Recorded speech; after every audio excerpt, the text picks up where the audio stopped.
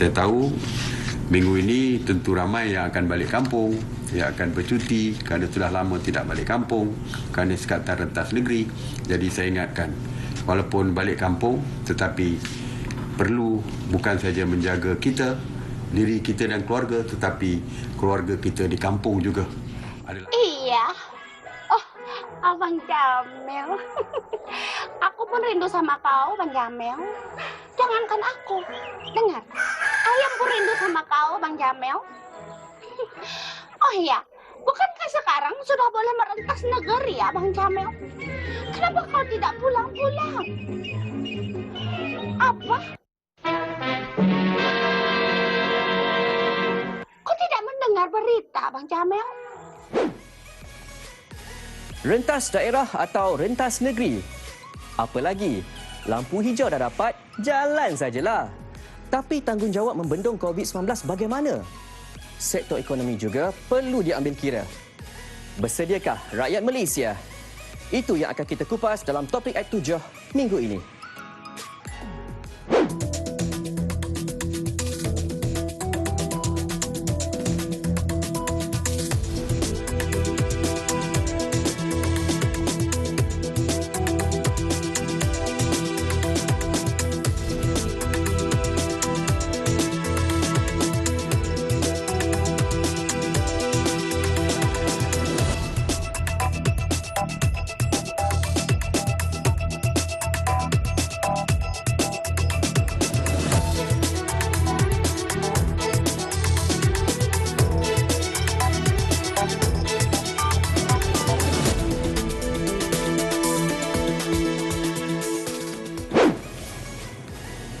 Assalamualaikum dan salam Sabtu. Kembali bertemu kita untuk topik 7 minggu ini. Apa khabar anda semua? Diharapkan hujung minggu anda berada dalam keadaan baik setakat ini.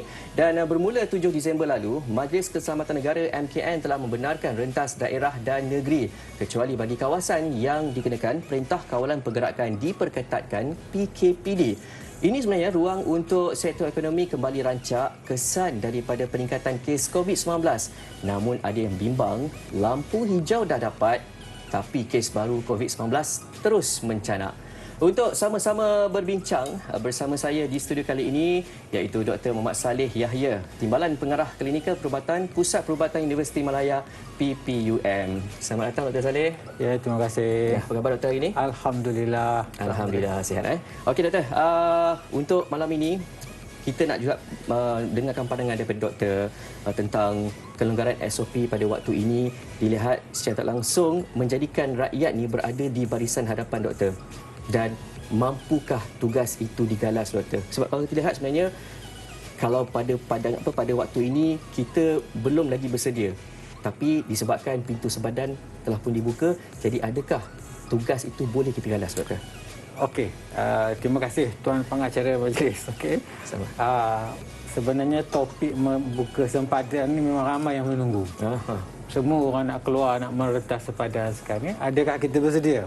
Itulah dia. Okay. Now, saya akan bercakap dari segi perspektif saya sebab kepakaran saya adalah bidang kecemasan. Okey. So, saya dah bertugas kecemasan ni lebih kurang 25 tahun lebih. Bermacam-macam wabak yang telah saya temui, start daripada kita kenali JE dulu, kemudian kita ada Nipah virus, kemudian kita ada MERS-CoV, kita ada SARS, kita ada H1 dan berbagai-bagai lagi. Yeah. Dan setiap kali kita buat persediaan dan kita merasa kita telah cukup bersedia. Tetapi setiap kali berlaku wabak, kita dapati kita belum bersedia. Sehingga kali ini wabak COVID-19 yang terbaru ni, kesan dia memang boleh dikatakan lebih hebat daripada sebelumnya. Kita telah ada persediaan dan kita dapati kita masih belum cukup bersedia.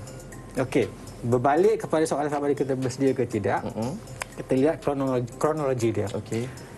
Februari bermula, Mac kita ada PKPD. Okey, kita berjaya landaikan dia punya curve Lengkuk tu. Lengkuk dilandakan. Kita rasa kita telah bersedia. Kita longgarkan sedikit. Dia naik balik. Okey. Gelombang kedua. Kita ketatkan balik semula. Lepas tu kita rasa kita dah bersedia. Kita buka balik semula. Sekarang kita di gelombang ketiga. Gelombang ketiga ni kita tengok banyak tempat yang telah kita ada PKPB. Tetapi di dalam kawasan itu sendiri masih berlaku kluster-kluster yang kecil. Ya. Yang menunjukkan bahawa telah berlaku penularan tempatan. Kenapa masih berlaku kecil? Jawapannya adalah kerana orang tidak begitu mengamalkan SOP. Ataupun dia mengamalkan SOP tetapi tidak dengan cara yang betul. Okey. Saya nak berkata bersedia. Tapi senario yang berada pada pandangan saya sebagai seorang pakar kecemasan, saya rasa kita belum cukup bersedia, tetapi sepadan telah dibuka sekarang. Ya. Sedia ataupun tidak, you have to. Okay? Itulah nasihat saya. Okey, dan itulah macam bersedia ataupun tak, apa-apa pun kita kena jaga SOP juga. Tapi masalahnya ada setengah pihak yang memandang perkara ini disebabkan walaupun kes kemarin 2,000 lebih, tapi ada yang menganggap ianya tertumpu pada satu-satu lokaliti. Jadi adakah sebenarnya disebabkan ini berlakunya pelbagai kelonggaran SOP di kalangan rakyat ni? Untuk pengetahuan kita semua, kita kena yakin dengan Kementerian Kesihatan Malaysia. Saya pasti sebagai frontliner sendiri bahawa KKM telah menjalankan kajian dan mempunyai data-data yang mencukupi yang bahawa kluster yang tinggi ini ada alasan mereka yang tertentu. Saya bukan berada di pihak yang boleh menjawab, tetapi saya faham sekarang ni kita menggunakan RTK antigen test yang mendapat jawapan dengan cepat, ya. Dan RTK ini ada mempunyai kesan yang kita dapat false positif, 30%. Semungkin antara yang tingginya akibat false positif. Saya rasa yang ini telah terkawal. Rakyat selamat untuk keluar selagi mereka menjaga SOP mereka. Jadi tidak perlu takut. Kita ikut arahan kerajaan. Ya. Okey, baik. Dan Doktor, sebelum kita nak meneruskan lagi perbualan untuk hari ini, kita sejajar dengan kebenaran merentas negeri, tiada lagi sekatan jalan raya dilakukan oleh pihak berkuasa. Jadi bagaimana pemantauan dibuat? Saksikan laporan ini. Timbalan Ketua Jabatan Pencegahan Jenayah dan Keselamatan Komuniti Selangor ACP Zulkifli Adam Shah berkata, PDRM dan Agensi Pengangkutan Awam Darat APAD menjalankan operasi bersepadu untuk memastikan orang ramai mematuhi SOP di semua stesen pengangkutan awam sekitar Lembah Kelang. Ini termasuk pemeriksaan secara rawak di stesen KTM, LRT dan MRT. Antara yang diperiksa, pemakaian pelitup muka serta penjarakan fizikal. Bagi pengendali stesen pula, penyediaan peralatan untuk merekod butiran pelanggan serta penggunaan alat pengesan suhu badan menjadi fokus utama. Walaupun rentas sempadan daerah dan negeri dibenarkan, orang ramai masih lagi terikat dengan pematuhan SOP sepanjang tempoh PKPB ini, terutama di negeri Selangor. Pihak PDRM akan mengambil tindakan tegas ke atas orang ramai yang gagal mematuhi SOP.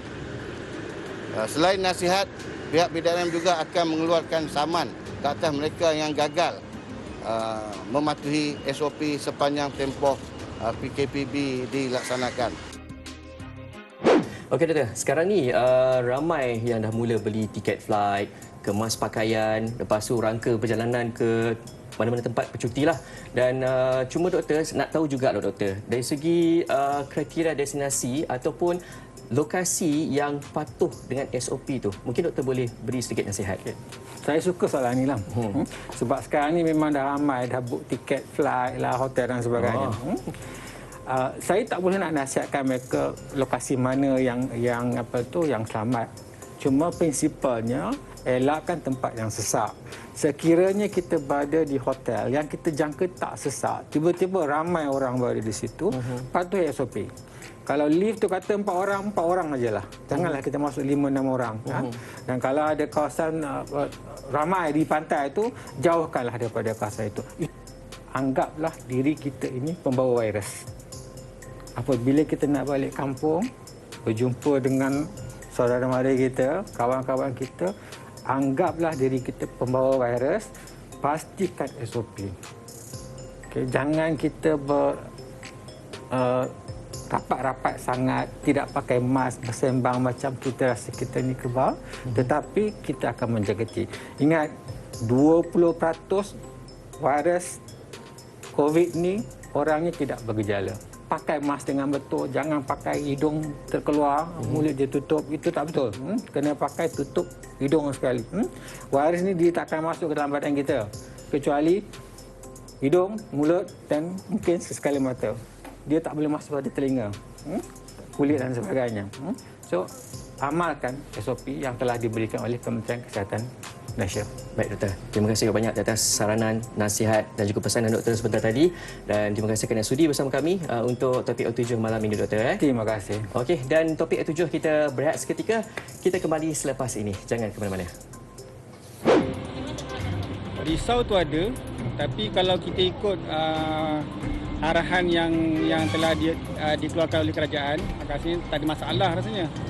Cuma yang boleh kena tu bila mana mereka melampaui apa yang diarahkan lah. Sangat gembira lah sebab sekarang ni dah boleh balik kampung dan dah rasa lega sikit lah. Jadi sekarang ni kita orang tengah ambil kesempatan lah atas kebebasan yang baru kita dapat ni. Risau lah sebab makin lama makin tinggi.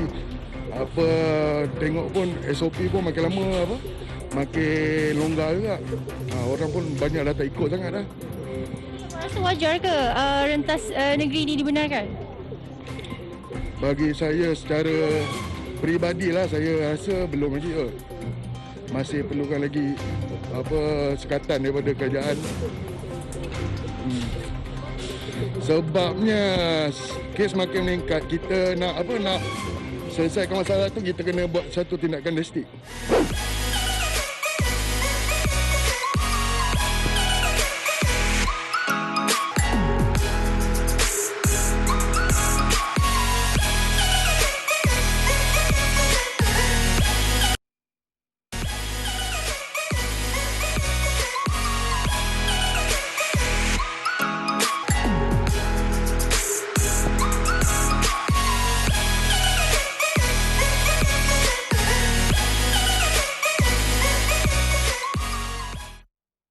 Kembali dalam topik at 7. Okey, sebenarnya episod kali ini bukan saja menampilkan seorang tetamu jemputan tetapi dua. Kalau tadi saya bersama dengan Dr. Salih di studio, kali ini kita bersama pula rakan setugas Izzati Rizan yang menemu bual seorang lagi tetamu di luar studio. Izzati.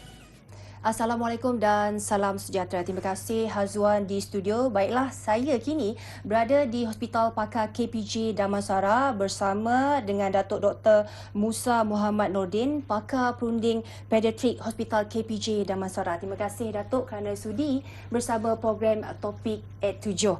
Baiklah Datuk, secara peribadi berdasarkan tinjauan saya selama 3 hari berturut-turut ini, saya mendapati memang dah ramai Datuk keluar rumah. Dan jalan raya juga kembali sesak, restoran mula dipenuhi pelanggan dan dah tak ada lagi dah meja makan, asalkan hanya ada penjarakan fizikal. Jadi pada pandangan Datuk, adakah sebenarnya rakyat Malaysia sudah bersedia dengan situasi ketika ini Datuk? Assalamualaikum dan salam sejahtera. Saya rasa ini suatu reaksi yang biasa kan, sebab kita dah terperuk lama sangat dalam rumah kan.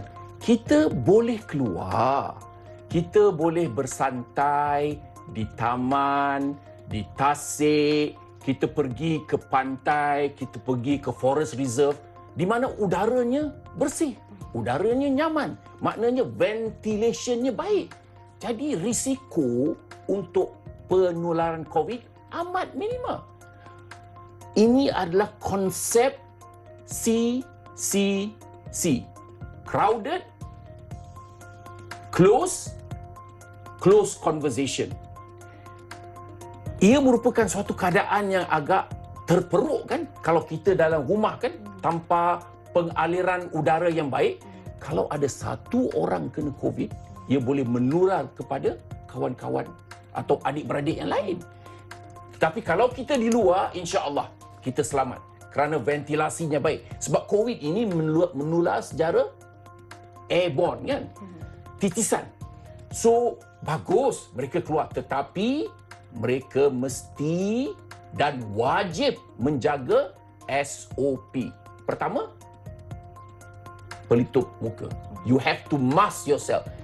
Dengan memakai pelitup muka, kita boleh mengurangkan penularan sebanyak 65%, 65%. Kedua, penjarakan fizikal itu amat penting sebab kajian menunjukkan bahawa jikalau kita menjaga jarak kita sebanyak 2 meter, dia boleh menurunkan kadar penularan sebanyak 90%.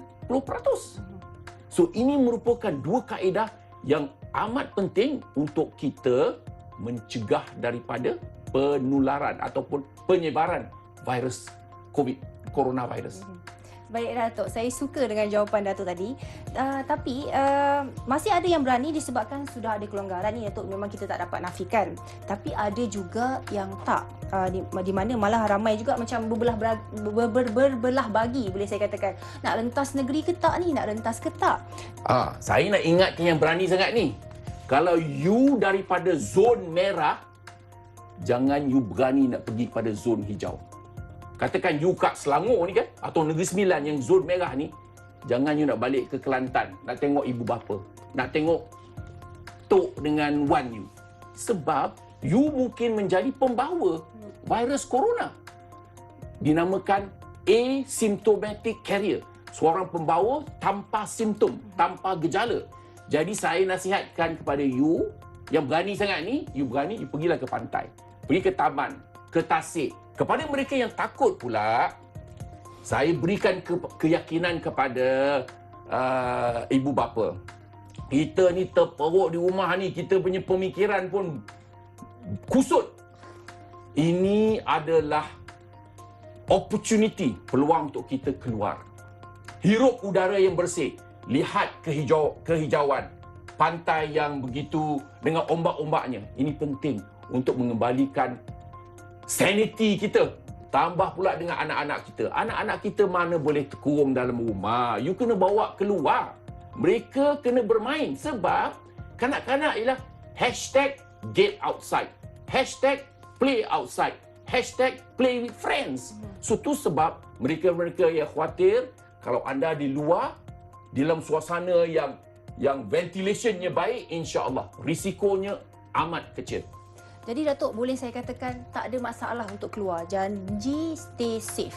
Baiklah, sebelum Datuk mengulas ataupun mengupas lebih dalam lagi, ikuti temu bual ini. Saya rasa still tak selamat lagi lah. In fact yang daripada red zone tu pergi green zone. Kan, elok dia 0 cases dah ada 2, 3 ke 9.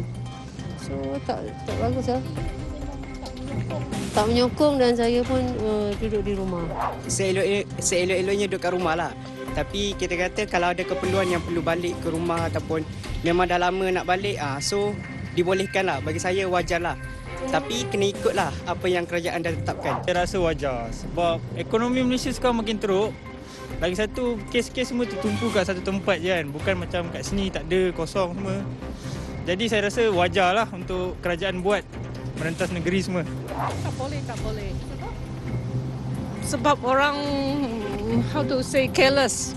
Ya, kerana orang ni belum COVID, belum habis.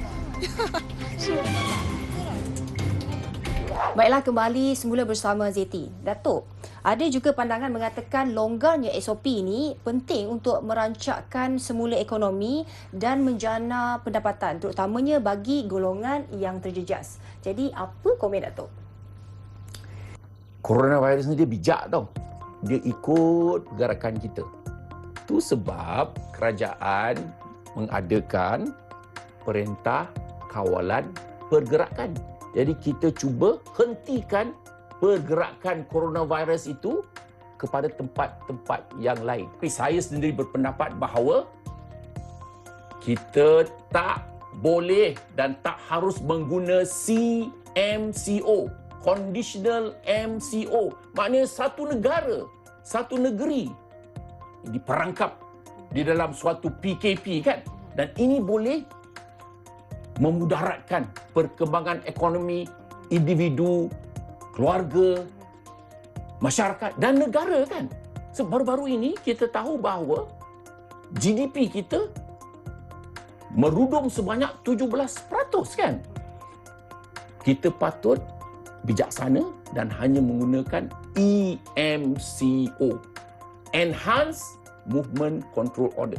Kita hanya kenakan pada tempat-tempat yang tertentu yang kini dilakukan oleh kerajaan. Baiklah Datuk, kita sampai ke soalan terakhir Datuk. Datuk sendiri selaku frontliner mewakili petugas barisan hadapan, ada yang kata kelonggaran ini mampu memberi ruang kepada frontliner untuk berehat ataupun bercuti. Jadi apa pandangan Datuk tu? Pada pendapat saya, rakyat biasa adalah frontliner. Anda di depan sana. Kami di hospital adalah garisan terakhir, the last defense tau. Jadi kalau anda sebagai rakyat tidak menjaga SOP, anda jadi sakit, anda terkena coronavirus, anda akan masuk ke hospital, anda akan masuk ke ICU dan membebankan kerja-kerja kita di hospital. Kami ni macam goalkeeper lah tau. Tinggal seorang saja. Sebab yang forward dia, yang middle team dia, ya, semua tidak berfungsi. So, kami di hospital bekerja 24 jam. Polis, askar, bomber bertugas 24 jam. Kesiankan kami. So, pintaan kami kepada anda di sana yang berseronok tu, jaga SOP, ya, supaya virus ini tidak menular dan kita di hospital boleh berehat sebab kurang yang sakit dan kita boleh menjaga yang di hospital dengan paling baik, insya-Allah. Terima kasih Datuk kerana sudi bersama program Topik at 7. Baiklah, Topik at 7 berehat seketika, kembali bersama Hazwan selepas ini.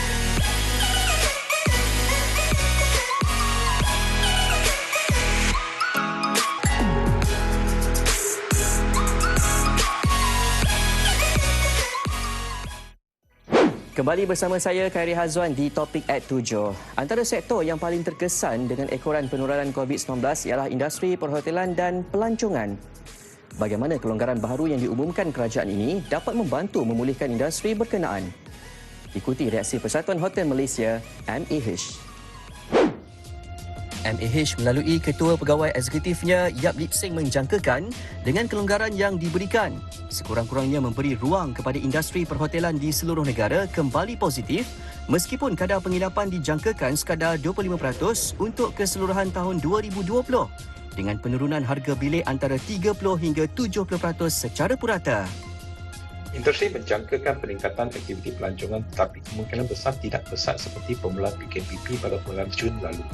Industri juga menggalakkan orang ramai yang sebelum ini telah membatalkan tempahan kerana larang pergerakan untuk membuat perancangan semula dengan hotel. Langkah ini dijangka memberi ruang bernafas untuk industri pelancongan yang terjejas teruk dengan penurunan COVID-19 gelombang ketiga sejak akhir bulan September. Walau bagaimanapun, seperti yang dilaporkan sebelum ini, pasaran domestik hanya menyumbang sehingga 55% industri, manakala selebihnya bergantung pada ketibaan antarabangsa. Bagi memastikan kebersihan dan pencegahan COVID-19 dilaksanakan sepenuhnya, semua SOP bagi penginapan di hotel dimantapkan lagi mengikut garis panduan yang ketat. Hotel-hotel telah membuat persediaan tambahan sejak permulaan pandemik ini dengan SOP yang lebih ketat berbanding pematuhan asas berdasarkan keperluan Kementerian Kesihatan.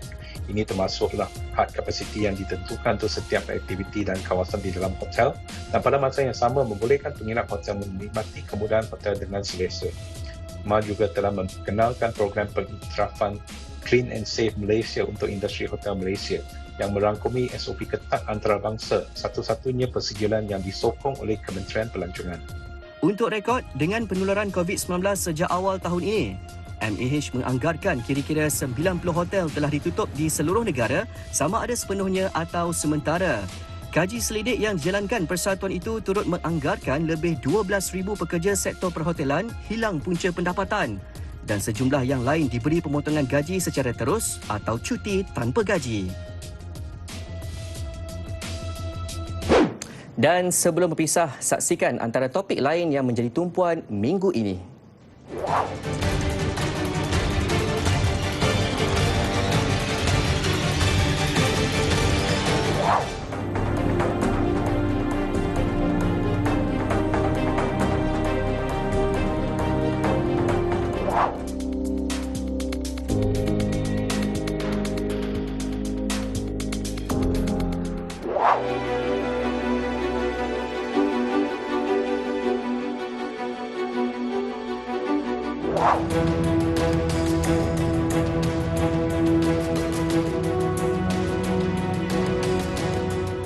Nak atau tidak, kesihatan dan ekonomi perlu selari. Tak guna juga kalau ekonomi rancak tapi rakyat sakit. Ingat, pematuhan kepada SOP perlu terus jadi keutamaan. Kalau nak pastikan semua selamat dan COVID-19 terus jauh dari kita, kita kenalah buat apa yang perlu. Jangan masing-masing nak tuding jari bila kes meningkat dan gagal dikawal. Saya Khairi Hazwan, bersama kami lagi di hari dan waktu yang sama minggu depan. Ingat malam minggu, ingat topik at 7.